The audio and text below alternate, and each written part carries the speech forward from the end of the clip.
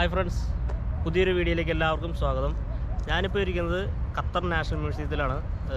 എൻ്റെ ഈ പുറകിൽ കാണുന്നതാണ് ഖത്തർ നാഷണൽ മ്യൂസിയം. അപ്പോൾ അവിടുത്തെ കുറച്ച് കാഴ്ചകളാണ് ഞാനിന്ന് നിങ്ങളെ കാണിക്കുന്നത്. ഇതിൻ്റെ ഒരു ഷേപ്പ് എന്ന് വെച്ച് കഴിഞ്ഞാൽ മരുഭൂമിയിൽ കാണുന്ന ഡെസേർട്ട് റോസ് ക്രിസ്റ്റൽ എന്ന് പറയുന്ന ഒരു ചിപ്പി, അതിൻ്റെ ഷേപ്പിലാണ് ഇതിൻ്റെ ഒരു ഡിസൈനിങ്.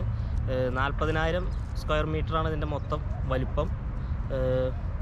അപ്പോൾ 2010 ടൈം മാഗസിൻ ലോകത്തിൽ ഉറപ്പായിട്ടും കാണേണ്ട 100 സ്ഥലങ്ങളിൽ ഒന്നായിട്ട് തിരഞ്ഞെടുത്തിരിക്കുന്നത് ഈ ഒരു മ്യൂസിയത്തെയാണ്.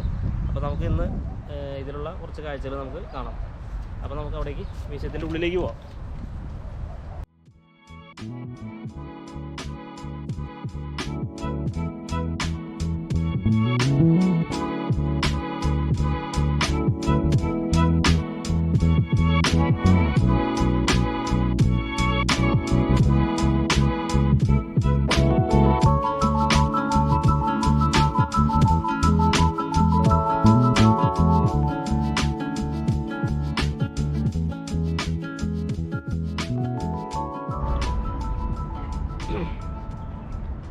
അപ്പോൾ നമ്മുടെ ആദ്യ കാഴ്ച എന്ന് പറയുന്നത് ഈ ഒരു വാഹനമാണ്.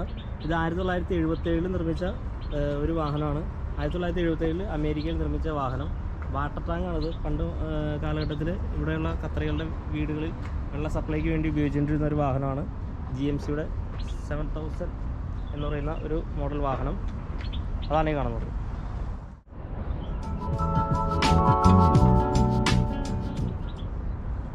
അപ്പോൾ ഇതും GMCയുടെ തന്നെ മറ്റൊരു വാഹനമാണ്. ഇത് സ്കൂൾ ബസ്സായിട്ടാണ് ഉപയോഗിച്ചുകൊണ്ടിരുന്നത്. 1980 കാലഘട്ടത്തിൽ 80 മോഡൽ വാഹനമാണ്. ഇതും നിർമ്മിച്ചിരിക്കുന്നത് അമേരിക്കയിൽ തന്നെയാണ്.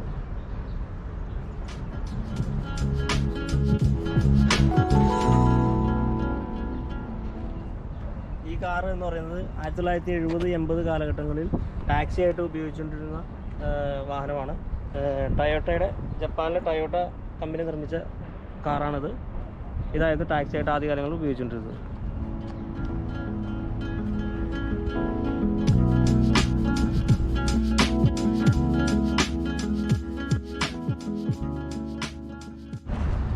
അപ്പോൾ നമുക്കിതിൻ്റെ ഉള്ളിലേക്ക് കാണാം. നമുക്കിപ്പോൾ കാണേണ്ട വാഹനങ്ങളുടെ ഇതൊക്കെ പുറത്തുള്ള കാഴ്ചകളാണ്. ഇനി നമുക്ക് ഉള്ളിലുള്ള കാഴ്ചകളാണ്. ഉള്ളിൽ നമുക്ക് മാസ്കൊക്കെ വെച്ച് വെറുതെ നമുക്ക് ഉള്ളിൽ കയറാം.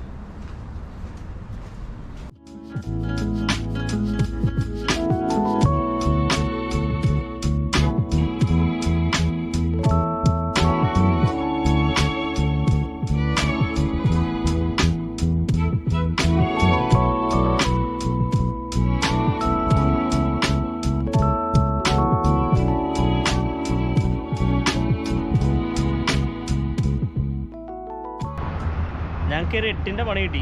വേറെ ഒന്നുമല്ല, ഞങ്ങൾ ടിക്കറ്റ് എടുക്കാതെയാണ് ഇങ്ങോട്ട് വന്നത്. ടിക്കറ്റ് എടുക്കാമെന്ന് പറഞ്ഞാൽ ടിക്കറ്റ് പ്രത്യേകിച്ച് ചാർജൊന്നും ഈടാക്കില്ല. നമ്മൾ ഓൺലൈനിൽ മൊബൈലിൽ ഒരു ആപ്ലിക്കേഷൻ ഇൻസ്റ്റാൾ ചെയ്തിട്ട് അത് ആ ഓൺലൈൻ വഴി നമ്മൾ ബുക്ക് ചെയ്യണം. അപ്പോൾ പ്രത്യേകിച്ച് ചാർജൊന്നും നമ്മുടെ കയ്യിൽ നിന്ന് എടുക്കില്ല. പ്രത്യേകിച്ച് ചാർജ് എടുക്കില്ല എന്ന് പറഞ്ഞാൽ ഖത്തർ ID ഉള്ളവർക്ക് മാത്രമായിട്ട് എടുക്കാണ്ടുള്ളൂ. പുറത്തുനിന്ന് വന്നവർക്ക് നിശ്ചിത ചാർജ് ഈടാക്കുന്നതാണ്. അപ്പോൾ നമ്മൾ അത് എടുക്കാനായിട്ട് നമുക്ക് അറിയില്ലായിരുന്നു. ഇവിടെ വന്നതിന് ശേഷമാണ് ഞങ്ങൾക്ക് എന്നോട് പറഞ്ഞ് ടിക്കറ്റ് എടുക്കണമെന്ന്. പിന്നീട് ഞങ്ങൾ ഇവിടെ വെച്ച് ഫോണിൽ ആപ്ലിക്കേഷൻ ഇൻസ്റ്റാൾ ചെയ്ത് അതിലൂടെ ടിക്കറ്റ് ബുക്ക് ചെയ്ത് ഇവിടെ കാണിച്ചിട്ടാണ് എൻ്റെ ഉള്ളിൽ കയറിയത്. അപ്പോൾ ഞാൻ ആ ആപ്ലിക്കേഷൻ്റെ ലിങ്ക് ഡിസ്ക്രിപ്ഷനിൽ കൊടുക്കാം. അപ്പോൾ നിങ്ങൾ വരാൻ ആഗ്രഹിക്കുന്നവരുണ്ടെങ്കിൽ അത് കയറി ബുക്ക് ചെയ്തിട്ട് വരിക.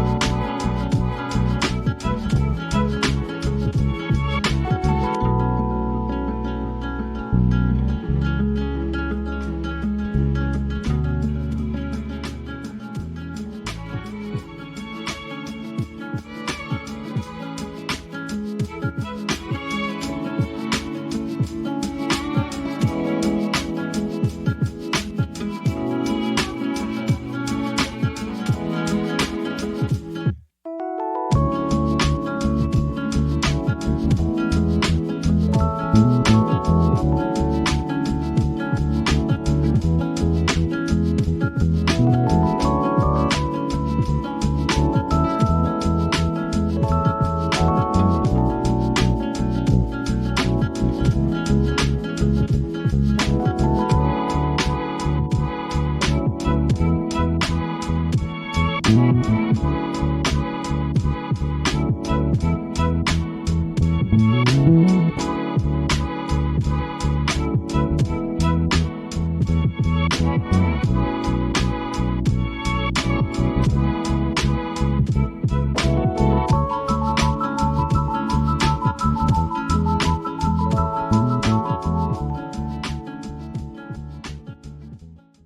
കാണുന്നത് കടലിനടിയിലുള്ള കല്ലുകളും അതുപോലെ ശംഖ്, ചിപ്പി അങ്ങനെയുള്ള ഐറ്റംസാണ് ഈ കാണുന്നത്. ഈ കാണുന്നതിൽ ചില്ലിട്ട് വെച്ച ഗ്ലാസിൻ്റെ ഉള്ളിൽ കാണുന്നത് അതുപോലുള്ള ഐറ്റംസാണ്. ഇത് സീക്കൗ എന്ന് പറയുന്ന ഒരു സമുദ്രത്തിൽ കാണുന്ന ഒരു ജീവിയാണ്. അതിൻ്റെ ഒരു അസ്ഥിയാണ് ഈ കാണുന്നത്.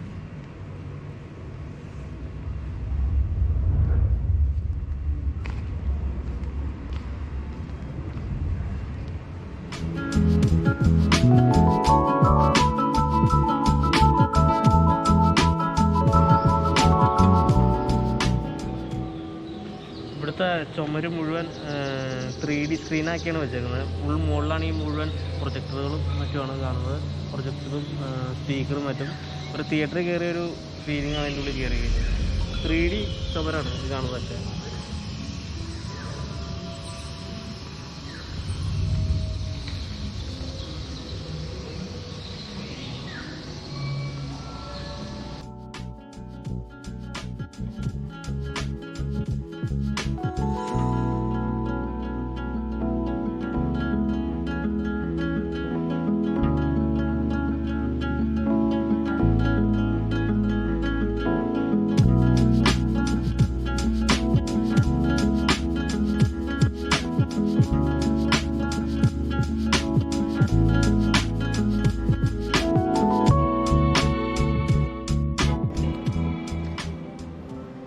ഈ കാണുന്നതാണ് നേരത്തെ പറഞ്ഞുകൊണ്ട് ഈ ഒരു മ്യൂസിയത്തിൻ്റെ ഷേപ്പ്. ഞാൻ പറഞ്ഞില്ലേ, മരുഭൂമിയിൽ കാണുന്ന ഡെസേർട്ട് റോസ് ക്രിസ്റ്റൽ, അതിൻ്റെ ഷേപ്പാണ്, അതിൻ്റെ ഒറിജിനലാണ് ഈ കാണുന്നത്. ഇതിൻ്റെ ഷേപ്പിലാണ് ഈ ബിൽഡിംഗ് മ്യൂസിയം പണിതേക്കുന്നത്.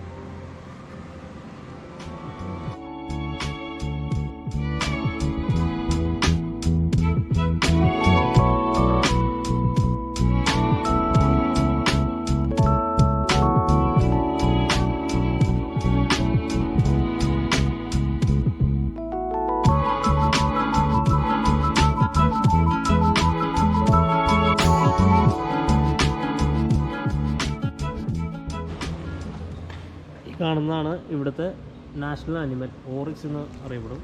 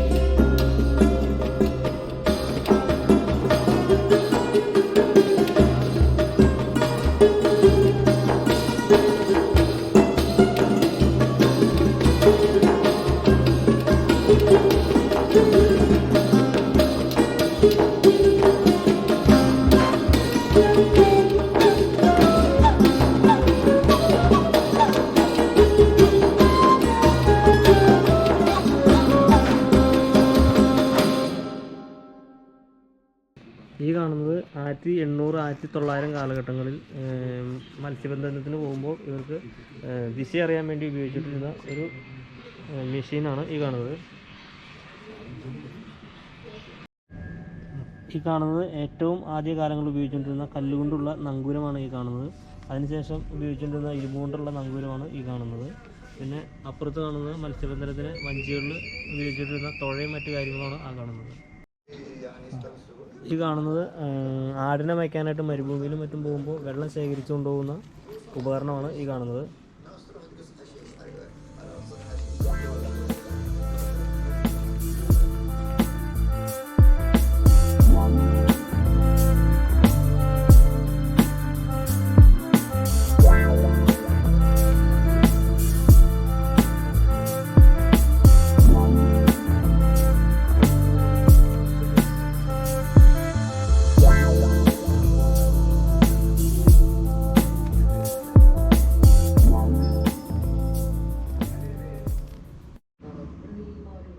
ഒട്ടകത്തിൻ്റെ പുറത്ത് സഞ്ചരിക്കാൻ വേണ്ടി ഉപയോഗിച്ചുകൊണ്ടിരുന്ന സാധനങ്ങളാണ് ഈ കാണുന്നത്.